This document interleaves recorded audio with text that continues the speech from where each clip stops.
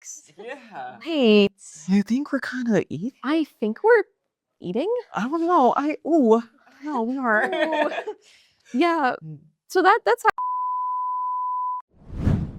On today's episode, we have Katerina Konandreas, a multidisciplinary artist who aims to work in the film or music industry as a creative director. As she continues her media production studies, she devotes herself to film and graphic design. This is Sit Downs with SANE. Welcome to Sit Downs with SANE, and today I'm sitting down with Katerina Konandreas. How are you doing, girl? I'm good. How are you? I'm doing good. It's a pleasure having you on the fire. Thank you for having me. Of course. So I was looking through all the different types of media you indulge in. Yes.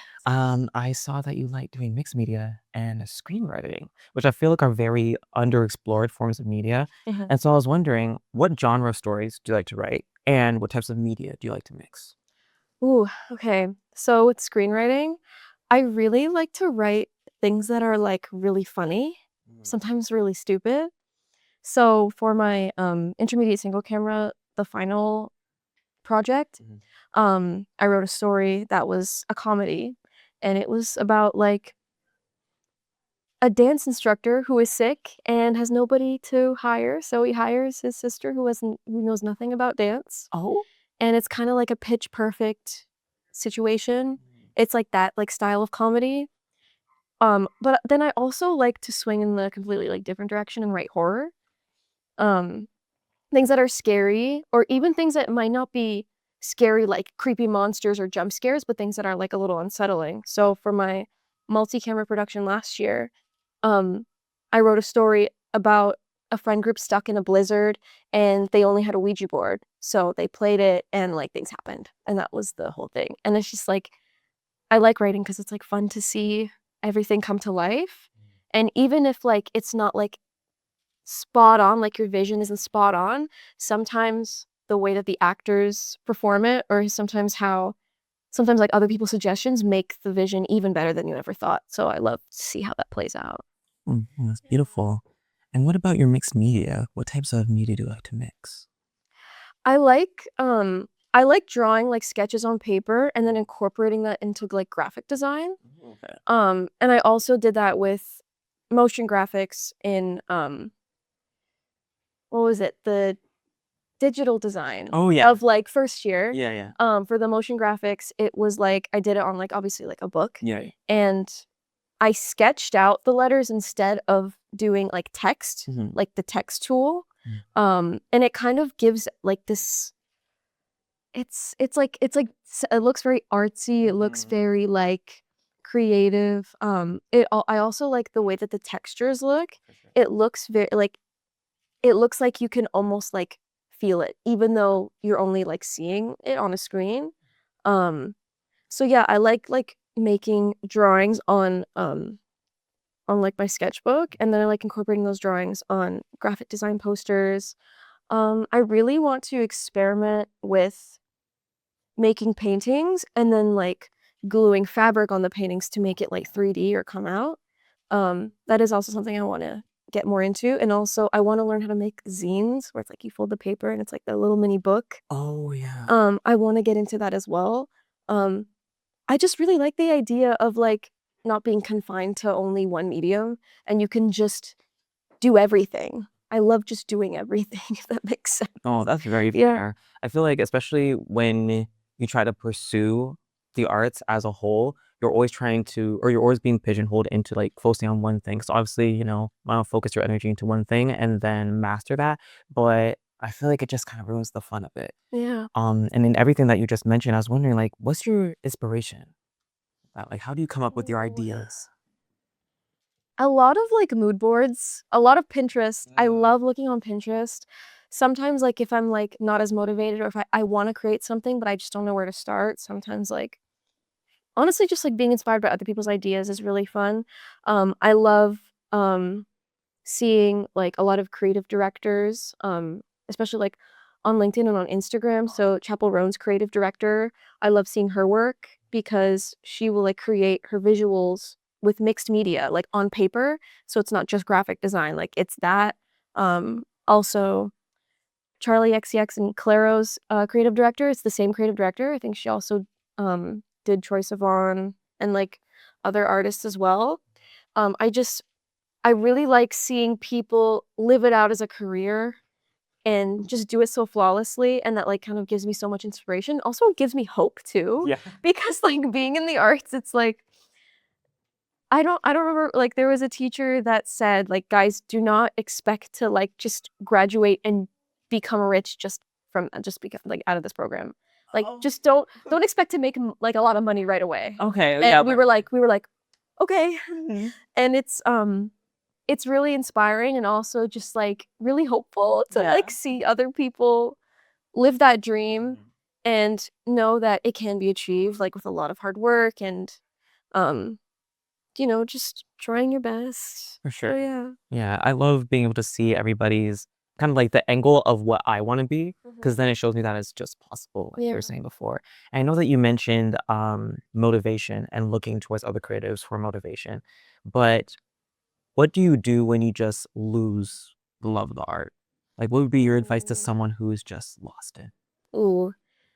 I guess start super small and start simple again. So what I mean by that is like maybe like make like a tiny drawing or do like little doodles on your paper. Even if you are thinking of a big picture, oh, I want to create a graphic design poster, but you feel like you can't. Start with like something you can do super, super simply first. Honestly, if you're stuck, I honestly would say like don't force it. Like give yourself a little bit of a break too. Cause honestly, like I associate that with burnout as well. And burnout can be like you're constantly doing things all the time. Like you don't feel like you're being creative anymore. You feel like you're just obligated to do it. So I say just like give yourself time. Um, Start simple. Look at the little things in life too. Like I like to perceive a lot of things as art. So like looking outside and seeing like how the buildings are aligned, like seeing like a little like nook in like an alleyway and see how that's like symmetrical. Like it's just looking at the little things and like finding art in them and honestly starting from there, working way up. And I love that you tied in burnout into it, because although art is supposed to be freeing and a form of self-expression, it's been we have to fit inside like a capitalist system. Yeah. And so there's always the production, always need to go, go, go, go, go. But that's not just how creativity works. And also just to kind of backpedal, you mentioned artists like Claro and Terra X. And I've also heard these names when I was listening to the On Ox podcast. That is true. Two of our other friends, shout out to Frank and Kara. I love you guys' podcast, by the way. You can definitely tell that each of you guys really enjoy what you're doing, and just the passion just oozes out of every single episode. So I was wondering, I say that a lot, but I do ponder. So I was wondering, how did you guys start it, and why did you guys start it? So it started off as literally just us talking about music, like in our group chat, and also like I became friends with Frank first on like the first day of school, and then Frank became friends with Kara, and then through that, me and Kara became friends, and then we just like became like a little trio, and me and Frank would honestly just like when you're with your friend and you're talking and it's so funny, and then you go, we should start a podcast. Oh, yeah. and then they go, oh my god, we should. Oh my god. Yeah. But now it's like you can. Yeah. You can just sign up and do it. You can. It's like so we always thought next year we're going to do a podcast, and we knew it was going to be about music because we love music. We'd send each other albums all the time, and then once we started talking to Kara about it, and he kind of realized that like we all shared a lot of similar music tastes, and we all shared that like longing to search for new music, and constantly talking about it, we were like, let's do all three of us. And then I literally text Frank one day, I go, we need to start a podcast, add these people, and let's brainstorm the names. And then it kind of just happened like that. We were on a call one day and we were like up until like 2, 3 a.m. playing Roblox and and brainstorming our name. And like at first it was called Putting You On. It's like Putting You On podcast. Oh, okay. Because that was like the first kind of like, because we would always say, let me put you on. Yeah, yeah. As soon as you said that, I was like, that's Frank. Yeah. I was like, that was like the first idea.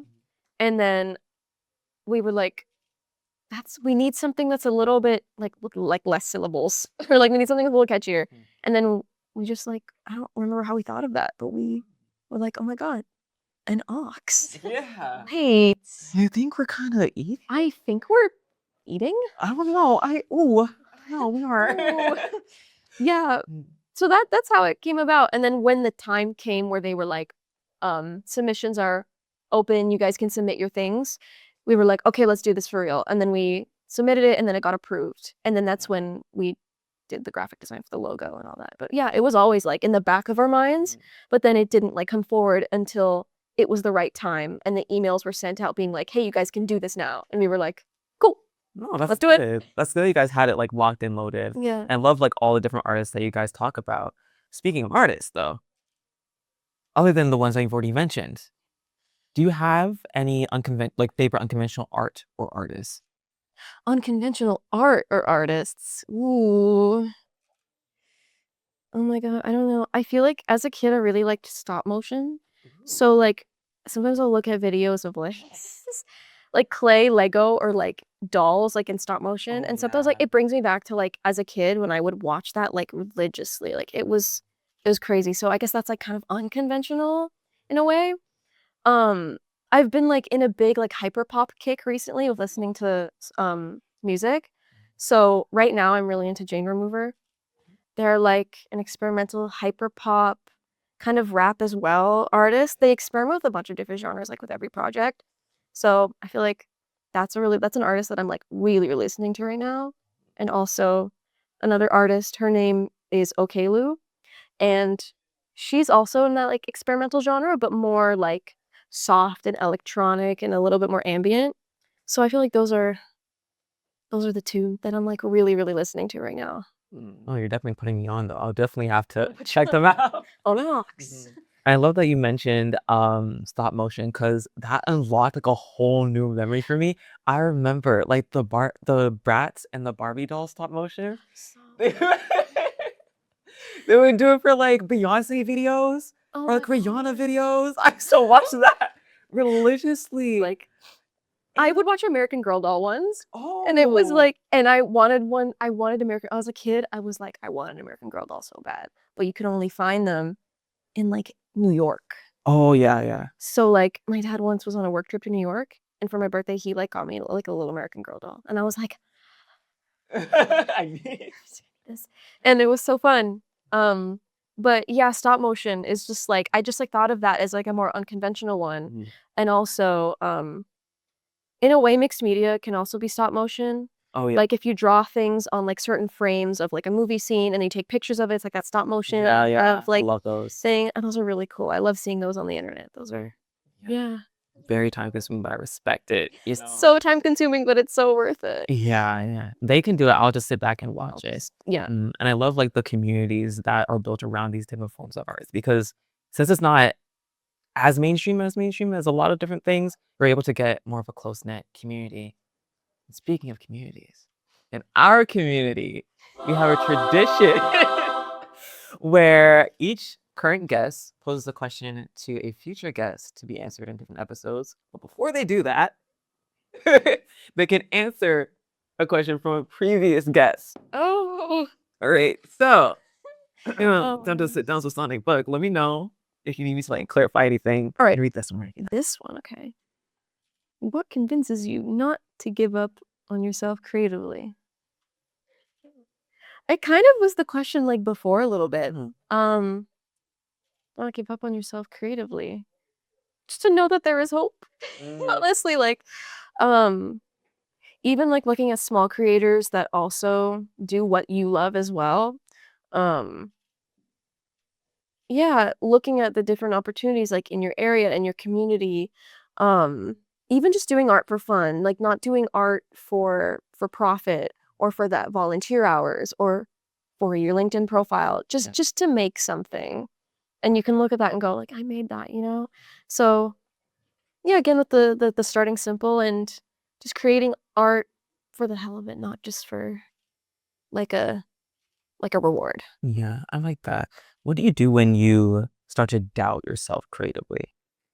Ooh. Does think.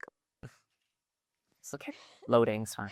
I know, I'm like literally buffering right now. It's okay. I doubt myself creatively. I guess I try to remember that I have made good things before. Like, not everything is gonna be like perfect. Not everything is gonna be up to like that vision that I like thought of from the beginning. Not everything's gonna be not everything's gonna be perfect. Not everything's gonna look super good. There are times where like I just had to, I wasn't making something and then I just was like, what am I doing? And then I just deleted it. I was like, I'm just gonna scrap this. But I never try to let it get to me. Like, I always think of that as just like a learning curve.